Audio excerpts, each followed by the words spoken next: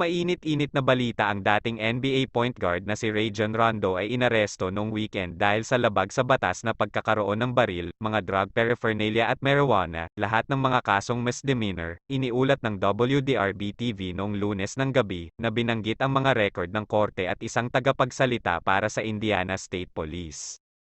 Si Rondo, 37, ay hinayla sa Jackson County ng Indiana noong Linggo ng hapon dahil sa paglabag sa trapiko ng makaamoy ng marijuana ang isang trooper, sinabi ni ISP spokesperson Sgt.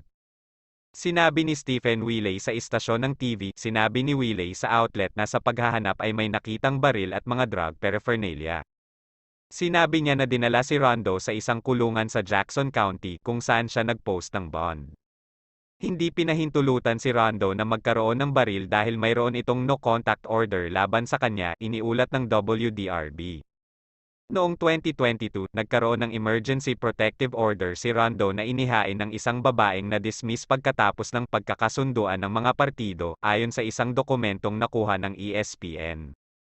Sa kahilingan para sa utos ng proteksyon, sinabi ng babae na binyantaan siya ni Rondo ng baril at sinabing natatakot siya sa kaligtasan ng kanyang mga anak at si Rondo ay may kasaysayan ng volatile, erratic, at explosive behavior. Naglaro si Rondo ng 16 na season sa NBA, na huling lumabas para sa Los Angeles Lakers at Cleveland Cavaliers noong 2021-22 season. Siya ay isang 4 na beses na All-Star at isang 2 beses na kampiyon sa NBA.